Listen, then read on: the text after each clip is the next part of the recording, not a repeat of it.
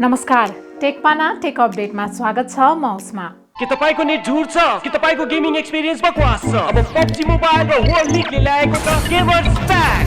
Gamers प्याकमा छ fast internet, lowest latency, एकदम smooth game play experience साथै 24/7 सपोर्ट पनि। The Gamers Pack. Get it now and be invincible.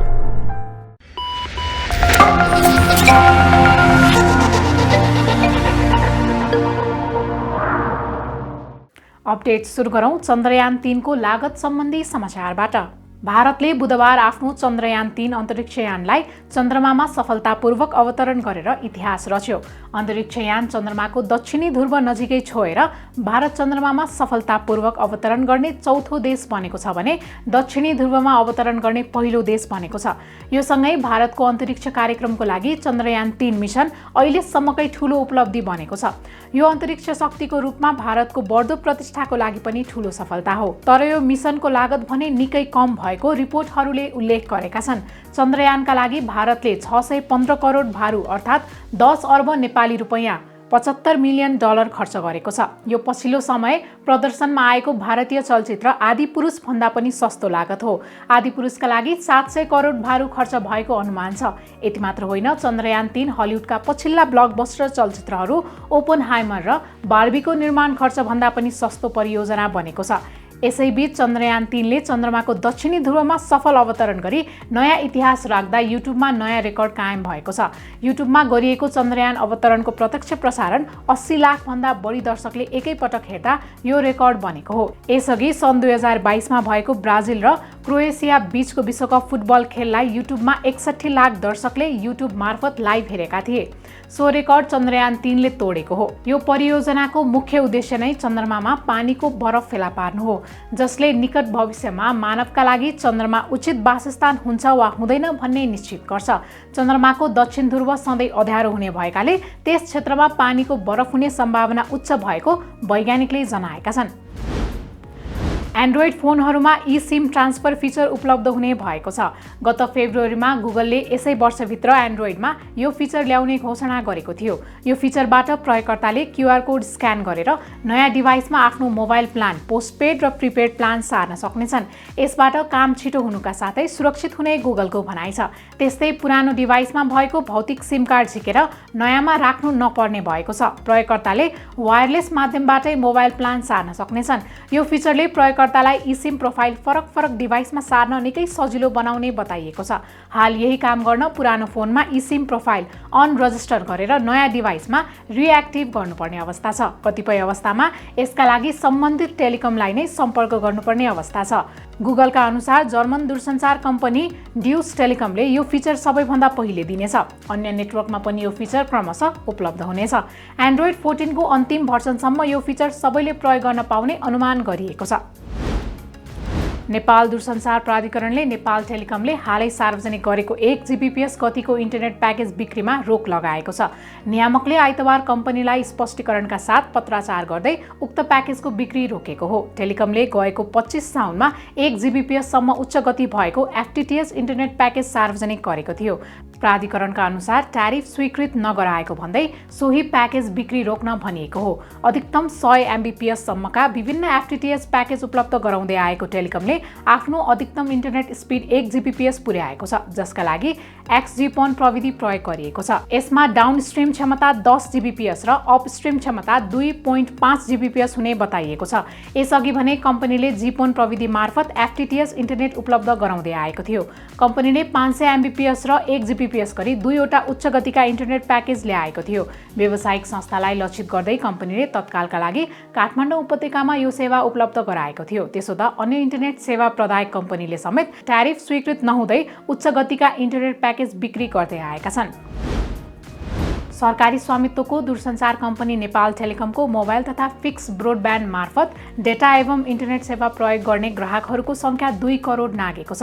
नियामक नेपाल दूरसञ्चार प्राधिकरणले भर्खरै प्रकाशित गरेको वैशाख महिनाको दूरसञ्चार सूचाङ्कले यस्तो देखाएको हो। सूचाङ्क अनुसार वैशाख महिनामा टेलिकमको डेटा तथा इन्टरनेट प्रयोग गर्ने ग्राहकको संख्या 2,08,052 पुगेको छ, जसमा सबैभन्दा धेरै अर्थात् 1,26,79,018 4G प्रयोगकर्ता रहेका छन्। त्यसपछि क्रमशः 3G मा 59,31,219, केबल तथा FTTH-मा 10,24,852, ADSL मा 2,36,390 रहेका छन्। त्यसपछि इभिडियो चलाउने 1,36,573 रहेको प्राधिकरणको इन्डिकेटर्समा उल्लेख छ। निजी मोबाइल सेवा प्रदायक कम्पनी एनसेलमा भने 71,02,471 4G तथा 18,22,042 3G गरी कुल डेटा तथा इन्टरनेट प्रयोग गर्नेको संख्या 89,24,513 रहेको छ। यसबाहेक विभिन्न इन्टरनेट सेवा प्रदायक कम्पनीको इन्टरनेट प्रयोग गर्नेहरूको संख्या 1,03,69,883 रहेको अनुमान छ। एकै व्यक्तिसँग 2 वा 2 भन्दा बढी सिम कार्ड हुन सक्ने र फिक्स लाइन इन्टरनेट प्रयोग गर्नेको संख्या औसतमा मापन गरिने भएकाले यो प्राधिकरणले प्रकाशित गरेको तथ्याङ्क त्यति यथार्थपरक भने मानिँदैन। नवीकरण दस्तुर बुझाउन नसक्दा स्वत अनुमति पत्र रद्द भएको स्मार्ट टेलिकमको व्यवस्थापन नियामक नेपाल दूरसञ्चार प्राधिकरणका लागि फलामको चिउरा भएको छ। विवादित नियमावलीका कारण नियामकलाई स्मार्ट टेलिकमको सम्पत्ति व्यवस्थापन गर्ने सन्दर्भमा व्यवस्थापन समूह र मूल्य निर्धारण समिति दुवै घाँडो हुन पुगेका हुन्। गत वैशाखमा अनुमति पत्र खारेज भएको स्मार्ट टेलिकमको सेवा नियमित गर्न भन्दै प्राधिकरणका बोर्ड सदस्य गोकर्ण सिटौलाको संयोजकत्वमा गठित व्यवस्थापन समूह निष्क्रिय छ। अनुमति पत्र रद्द हुनु अगावै बन्द भएको स्मार्ट टेलिकमको सेवा 4 महिनादेखि व्यवस्थापन समूह समेत निष्क्रिय हुँदा अब पुनः सञ्चालनको सम्भावना शून्य प्राय बनिसकेको छ। यद्यपि सेवा सञ्चालनमा ल्याउन नसकिने बेहोराको जानकारी प्राधिकरणलाई गराउन समेत उक्त समूह असमर्थ देखिएको छ। स्मार्ट टेलिकमको सम्पत्ति तथा दायित्व यकिन गरी मूल्य निर्धारण गरिने र सरकार, प्राधिकरण तथा अन्य संस्थाको बक्यौता असुल उपर गर्नका लागि लिलाम बिक्री गरिने बताइएको छ। दूरसञ्चार ऐन विपरीत अनुमति पत्र बहाल नरहेका दूरसञ्चार सेवा प्रदायकको सम्पत्ति व्यवस्थापन नियमावली बनाई योजनाबद्ध रूपमा स्मार्ट टेलिकमको 15 अर्ब रुपैयाँ भन्दा बढीको दायित्व सरकारको जिम्मा लगाउन खोजिएको आशंका छ। ठूला इन्टरनेट सेवा प्रदायक कम्पनीहरूका ग्राहक घट्न थालेका छन्। गएको वैशाख महिनामा ठूला 4वटा कम्पनीका ग्राहक घटेको नियामक नेपाल दूरसञ्चार प्राधिकरणको भर्खरै प्रकाशित तथ्याङ्कले देखाएको छ। प्राधिकरणका अनुसार फिक्स लाइन इन्टरनेट ग्राहक गुमाउने मुख्य कम्पनीहरूमा वर्ल्डलिङ्क, डिस होम, नेपाल टेलिकम, सुविसु र ब्रोडलिङ्क रहेका छन्। चैतदेखि वैशाखसम्मको 1 महिनाको अवधिमा वर्ल्डलिङ्कका 18,889 ग्राहक घटेका छन्, जुन सबैभन्दा बढी हो। त्यसपछि क्रमशः डिस होमले 11,022, नेपाल टेलिकमले 10,262, सुविसुले 4,759 र ब्रोडलिङ्कले 2,596 ग्राहक गुमाएका छन्। प्राधिकरणका अनुसार सो अवधिमा सबैभन्दा धेरै नयाँ ग्राहक बनाउनेमा 5,312 ग्राहकका साथ वेब सर्फर पहिलो नम्बरमा रहेको छ। दोस्रो नम्बरमा रहेको CG नेटले 482 वटा नयाँ ग्राहक बनाएको छ। बाँकी भाइनेट र क्लासिक टेकको ग्राहक सङ्ख्या यथावत रहेको छ भने टेक माइन्ड्सले तथ्याङ्क नै उपलब्ध नगराएको उल्लेख छ। ठूला इन्टरनेट सेवा प्रदायक कम्पनीले ग्राहक गुमाउँदा समग्र फिक्स ब्रोडब्यान्ड इन्टरनेटको पहुँच समेत 37,778 अङ्कले घटेको छ। चैतमा 26,73,471 घर परिवारमा फिक्स ब्रोडब्यान्ड इन्टरनेट पुगेको भए पनि वैशाखसम्म आउँदा घटेर 26,35,693 सङ्ख्यामा खुम्चिन पुगेको छ। इन्जिनियरिङ अध्ययन संस्थान IOE स्नातक तहमा बढाएको शुल्क तत्काल कार्यान्वयन नगर्न प्रधानमन्त्री पुष्पकमल दाहाल प्रचण्डले निर्देशन दिएका छन्। अवैज्ञानिक ढङ्गले शुल्क बढाइएको भन्दै विद्यार्थी सङ्गठनहरूले विरोध गरेपछि प्रधानमन्त्रीले तत्काल IOE को निर्णय कार्यान्वयन नगराउन निर्देशन दिएका हुन्। IOE तोकेको नयाँ शुल्क समय सान्दर्भिक छैन भनेर निर्क्युल गर्न एउटा समिति गठन गर्न त्रिभुवन विश्वविद्यालयलाई प्रधानमन्त्रीले निर्देशन दिएको नेकपा माओवादी निकट अखिल क्रान्तिकारीकी केन्द्रीय अध्यक्ष पञ्चास सिंहले जानकारी दिएकी छिन्। साथै IOE बजेट अभाव भएको भए सरकारले सहयोग गर्ने प्रतिबद्धता प्रधानमन्त्रीले दिएको पनि उनले जानकारी दिएकी छिन्। टेलिभिजन उपभोक्ताका लागि मासिक न्यूनतम शुल्क 250 रुपैयाँ तोकिएको छ। सञ्चार तथा सूचना प्रविधि मन्त्रालयले टेलिभिजन सेवामा आलाकार्ड प्रणाली लागू गर्दै टेलिभिजनको न्यूनतम प्याकेज र सशुल्क टिभी च्यानलको बुके मूल्य निर्धारण गरेको हो। मन्त्रालयले यसअघि च्यानल वितरकहरूलाई आलाकार्ड प्रणालीका लागि सशुल्क टेलिभिजन च्यानलको अधिकतम बुके मूल्य पेश गर्न पत्राचार गरेको थियो। आलाकार्डमा नआए विदेशी सशुल्क च्यानल बन्द गर्ने सूचना जारी भएपछि प्रसारक संस्थाहरू बुके मूल्य प्रस्ताव गर्न बाध्य भएका थिए। यो प्रणाली कार्यान्वयनमा आएसँगै अब उपभोक्ताले आफूले हेर्न चाहेको टेलिभिजन च्यानलको मात्र शुल्क तिर्न पाउनेछन्। यसबाट उपभोक्तालाई न्याय हुने अपेक्षा गरिएको छ। यो प्रणाली लागू नहुँदा आफूले नहेर्ने र अनावश्यक च्यानल सहितको प्याकेजका लागि समेत ग्राहकले शुल्क तिर्नुपर्ने अवस्था थियो। आलाकार्ड प्रणाली कार्यान्वयनपछि टेलिभिजन दर्शकले आधारभूत प्याकेज प्याकेजका लागि मासिक 250 रुपैयाँ र सशुल्क च्यानल समेत गरी अधिकतम मासिक 500 रुपैयाँसम्म तिर्नुपर्ने हुन्छ। साथै सेवा प्रदायकले हाल इन्टरनेट र टेलिभिजन च्यानल गरी लिइराखेको कुल शुल्कमा थप गरी शुल्क बढाउन नपाउने व्यवस्था गरिएको छ। मन्त्रालयले राष्ट्रिय प्रसारण ऐन 2049 तथा नियमावली 2052 बमोजिम केबल, डिटिएच, एमएसओ, एएमडिएस, आइपीटिभी, डिटिटिभी लगायत माध्यमबाट उपभोक्तासम्म पुग्ने सशुल्क च्यानलहरूले लिन पाउने शुल्क निर्धारण गरेको जनाएको छ। युवतीहरूलाई मेसेन्जरमा भिडियो कल गरी आफ्नो गोप्य अङ्ग देखाउने एक पुरुषलाई साइबर ब्युरोले पक्राउ गरेको छ। ब्युरोको टोलीले ललितपुर महानगरपालिका वडा नम्बर 19 कुमारीपाटी बस्ने अर्घाखाँची भूमिका स्थान नगरपालिका 4 घर भएका तुफान केसीलाई पक्राउ गरेको हो।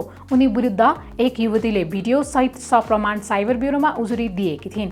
ब्युरोका प्रवक्ता पशुपति रायका अनुसार अन्य युवतीले समेत यी व्यक्तिको आफूहरूमाथि त्यस किसिमको अश्लील र अपमानजनक व्यवहार गरेको भन्दै उजुरी दिएका थिए। युवतीहरूलाई फेसबुकमा फ्रेन्ड रिक्वेस्ट पठाउने र एक्सेप्ट गर्नेहरूलाई सोझै भिडियो कल गरी आफ्नो गोप्य अङ्ग प्रदर्शन गर्ने कार्य केसीले गर्ने गरेको उल्लेख छ। यस्ता गतिविधि नगर्न आग्रह गर्दा उल्टै फेसबुक पोस्टहरूमा अश्लील र अपमानजनक शब्दहरू प्रयोग गरी कमेन्ट गरेको पीडितको उजुरीमा उल्लेख छ। सामाजिक सञ्जाल मार्फत ठगी गर्ने 2 जना पक्राउ परेका छन्। पक्राउ पर्नेमा पर्सा जिल्ला बौद्धमाई नगरपालिका वडा नम्बर 8 का 30 वर्षीय राजकुमार पण्डित र रौतहट जिल्ला कटहरिया नगरपालिका वडा नम्बर 1 का 21 वर्षीय उमेश कुमार यादव रहेका छन्। पण्डित र यादवलाई गत भदौ 4 गते ललितपुरबाट पक्राउ गरिएको नेपाल प्रहरी साइबर ब्युरोले जनाएको छ। प्रहरीका अनुसार उनीहरूले ठगी गर्न टिकटक, फेसबुक, व्हाट्सएप लगायतका सामाजिक सञ्जाल प्रयोग गर्थे। आफूहरू जामजाम इलेक्ट्रोनिक्स कम्पनीको प्रतिनिधि भएको बताएर उनीहरूले प्रयोगकर्तालाई तपाईँ लकी हुनु भएको छ, तपाईँ लकी ड्र मार्फत आइफोन जित्नु भएको छ, हामी आइफोन सेन्ड गर्छौं, कस्टम क्लियरेन्सका लागि पैसा पठाउनुपर्छ भन्दै पीडितलाई विभिन्न ब्याङ्क खातामा रकम जम्मा गर्न लगाउँथे। प्रहरीले उनीहरूको साथबाट 49,95,000, 7 थान मोबाइल, 183 थान सिम कार्ड, 12 थान एटिएम कार्ड र 1 थान राउटर समेत बरामद गरेको छ। प्राविधिक शिक्षा तथा व्यावसायिक तालिम परिषद सिटिईबीटीले सञ्चालन गर्ने डिप्लोमा र प्री डिप्लोमा तहमा विद्यार्थी अभाव हुने देखिएको छ। शैक्षिक सत्र 2080-81 का लागि सिटिईबीटीले खुलाएको प्रवेश परीक्षाको आवेदनमा आएका विद्यार्थीको अवस्थाले यस्तो दुर्दशा देखाएको हो। गत महिना डिप्लोमा तहमा शुल्क र छात्रवृत्तिमा गरी कुल 52,322 विद्यार्थी सिटका लागि आवेदन खुला भएकोमा 46,618 जनाले मात्र आवेदन दिएका छन्। डिप्लोमा तहमा पढाइ हुने कम्प्युटर इन्जिनियरिङको कोटा 2,351 रहेकोमा 971 विद्यार्थीले मात्र आवेदन दिएका छन्। त्यस्तै आइटीमा 1,152 कोटा रहेकोमा जम्मा 610 जना, इलेक्ट्रोनिकल एन्ड इलेक्ट्रोनिक्स इन्जिनियरिङमा 408 रहेकोमा 132 विद्यार्थीले मात्र आवेदन दिएका छन्। डिप्लोमा तहभन्दा प्री डिप्लोमा तहमा विद्यार्थीको अवस्था नाजुक देखिन्छ। सिटिईबीटीले यस तहका लागि 25,242 कोटा खुलाएकोमा जम्मा 6,731 विद्यार्थीले मात्र आवेदन दिएका छन्। यसको अर्थ 73.34% विद्यार्थी अपुग छन्। यस तहको आइटी कोर्स कम्प्युटर इन्जिनियरिङको 1880 सिट रहेकोमा 738, कम्प्युटर एप्लिकेसनको 40 सिट रहेकोमा 18, इलेक्ट्रिकल इन्जिनियरिङको 2040 सिट रहेकोमा 444 मात्र विद्यार्थीले आवेदन दिएका छन्। लुम्बिनी प्राविधिक विश्वविद्यालयले स्नातक तहमा पहिलो पटक भर्ना खुलाएको छ। विश्वविद्यालयको इन्जिनियरिङ तथा इन्फर्मेसन टेक्नोलोजी संकायले एक सूचना जारी गर्दै भर्ना खुला गरेको जानकारी दिएको हो। विश्वविद्यालयले B Tech in CS and AI र बीटेक इन आइटीमा भर्ना खुला गरेको छ। B Tech in CS and AI विषयमा भर्ना हुन कक्षा 11 र 12 मा फिजिक्स, केमिस्ट्री र म्याथ विषय लिए न्यूनतम सी ग्रेड अथवा सेकेन्ड डिभिजन ल्याएको हुनुपर्छ। त्यस्तै बीटेक इन आइटीमा भर्ना हुन कक्षा 11 र 12 मा जुनसुकै विषय लिए पनि न्यूनतम डी ग्रेड प्राप्त गरेको हुनुपर्छ। इच्छुक विद्यार्थीले भदौ 6 देखि असोज 5 गतेसम्म नियमित र विलम्ब शुल्कमा असोज 12 सम्म फारम भर्न सक्नेछन्। यी दुवै विषयको प्रवेश परीक्षा भने असोज 17 गते हुने विश्वविद्यालयले जनाएको छ। साथै असोज मसान्तसम्म ओरिएन्टेसन कक्षा सञ्चालन गर्ने विश्वविद्यालयको भनाइ छ। नेपाली बजारमा अनरको म्याजिक बुक X14 ल्यापटप सार्वजनिक हुने भएको छ। नेपालका लागि अनरको आधिकारिक आयातकर्ता बाइटवेब इनोभेसन प्रणालीले यो ल्यापटप भित्र्याउन लागेको हो। 8GB र्याम र 512GB स्टोरेज भेरिएन्टको यो ल्यापटप आउँदो सोमबारदेखि खरिद गर्न सकिनेछ। अनरले विश्व बजारमा यसै वर्ष ल्याएको यो ल्यापटप इन्टेल कोर 12 जेन i5 प्रोसेसरबाट सञ्चालित छ। 14 इन्चको डिस्प्ले भएको यो ल्यापटपले 12 घण्टासम्मको ब्याट्री ब्याकअप दिने कम्पनीको दाबी छ। ल्यापटपलाई चार्ज गर्न कम्पनीले 65 वाटको टाइप सी चार्जर उपलब्ध गराएको छ। नेपाली बजारमा करिब 89,000 रुपैयाँ पर्ने यो ल्यापटप आउँदो सोमबारदेखि खरिद गर्न सकिनेछ। माइक्रोसफ्टले विश्वविख्यात प्रोग्रामिङ ल्याङ्ग्वेज पाइथनलाई एक्सेलमा ल्याएको छ। एक ब्लग पोस्ट लेख्दै माइक्रोसफ्टले यसबारे जानकारी दिएको हो। हाल कम्पनीले यसको पब्लिक रिभ्यू समेत उपलब्ध गराइसकेको छ। प्रयोगकर्ताले यो फिचरबाट एक्सेल वर्कबुकमा पाइथन स्क्रिप्ट प्रयोग गर्न सक्नेछन्, जहाँ पाइथन प्रोग्रामिङ र एक्सेल फर्मुलाहरू एकैपटकमा सँगै प्रयोग गर्न मिल्ने कम्पनीले जनाएको छ। कम्पनीले माइक्रोसफ्ट 365 इन्साइडरमा पहिलोपटक यो सुविधा उपलब्ध गराएको छ। त्यस्तै एक्सेलको डेस्कटप भर्सनमा मात्र यो फिचर उपलब्ध हुने भएको छ। एक्सेलको बिल्ट-इन कनेक्टर र पावर क्वेरीहरूमा नै पाइथन इन्टिग्रेसन हुने भएकाले यो सुविधा प्रयोग गर्न सफ्टवेयर इन्स्टल गर्नु नपर्ने र कुनै सेटअप गर्नु नपर्ने माइक्रोसफ्टले जनाएको छ। साथै पाइथन क्याल्कुलेसनहरू माइक्रोसफ्ट क्लाउडमा हुने भएको छ। यसबाट डेटामा काम गर्ने व्यक्तिहरूलाई सहयोग पुग्ने अपेक्षा गरिएको छ। एप्पलले भारतमा आइफोन 15 को उत्पादन सुरु गरेको छ। एप्पलको आपूर्तिकर्ता फक्सकनले भारतको तमिलनाडु स्थित आफ्नो प्लान्टमा आइफोनको नयाँ सिरिज उत्पादन थालेको हो। चीनमा आइफोन उत्पादन भएको केही दिनभित्रमै फक्सकनले भारतमा काम थालेको हो। अमेरिका चीनबीच बढ्दो तिक्तताका बीच एप्पलले चीनमाथिको उत्पादन निर्भरता घटाउन भारतीय प्लान्टलाई प्राथमिकता दिने गरेको छ। एप्पलका सिइओ टिम कुक स्वयंले भारतलाई ठूलो अवसर भएको बताएका थिए। उनको उक्त भनाइले पनि भारतलाई आफ्नो उत्पादन केन्द्र र बजार बनाउन एप्पल लागेको अनुमान गर्न सकिन्छ। पछिल्लो समय एप्पलले भारतमा आफ्नो आइफोन उत्पादनको मात्रा बढाउँदै लगेको छ। सन् 2022 मा मात्रै भारतमा $7 अर्ब बढी मूल्यको आइफोन एसेम्बल भएको थियो। प्रयोगकर्ताले लगाएको लुगाका आधारमा भविष्यका एप्पल वाच मोडलहरू स्वतः रङ फेर्ने भएका छन्। एप्पलले हालै दर्ता गरेको electric device with colour sampling sensor नामक पेटेन्टले यो कुराको सङ्केत गरेको हो। उक्त पेटेन्ट अनुसार घडी नजिकै भएका वस्तुको रङ एप्पल वाचले डिस्प्लेमा आफै मिलाउन सक्नेछ। यसका लागि वस्तुबाट रङ लिने र मिलाउने सेन्सर डिस्प्ले मुनि राखिने बताइएको छ। एप्पलको यो पेटेन्ट निकोलस पी बोनियर सहित अन्य 6 जना वैज्ञानिकले विकास गरेका हुन्। बोनियरले यसअघि एप्पल भिजन प्रोमा लाइडार प्रयोग गरेर प्रकाश कम भएको अवस्थामा हेर्न सकिने प्रणाली समेत विकास गरेका थिए। यदि एप्पलले वास्तविक रूपमा यो फिचर ल्याए, प्रयोगकर्ताले कुनै पनि वस्तुको रङ जस्तै भएको घडी बनाउन सक्नेछन्। साथै यो फिचर कस्टमाइजेसनका लागि उपयुक्त हुने पनि विश्वास गरिएको छ। एलन मस्कले छिट्टै एक्समा शेयर भएका समाचारको लिङ्कबाट हेडलाइन हटाउने भएका छन्। ट्विटरका रूपमा परिचित एक्समा आर्टिकलको लिङ्कले ओगटेको स्पेस घटाउने र क्लिकबेट कम गर्ने उद्देश्यले मस्कले यस्तो व्यवस्था गर्न लागेका हुन्। एक्स न्यूज डेलीका अनुसार एक्समा शेयर भएको समाचार टाइमलाइनमा देखिँदा हेडलाइन र डिस्क्रिप्सन बिना देखिनेछ। प्रयोगकर्ताले फिचर फोटो हेरेर समाचार के बारे हो भन्ने बुझ्नुपर्ने हुन्छ। अन्यथा क्रिएटर आफैले पनि टाइटलमा समाचारको शीर्षक राखिदिनु पर्ने हुन्छ।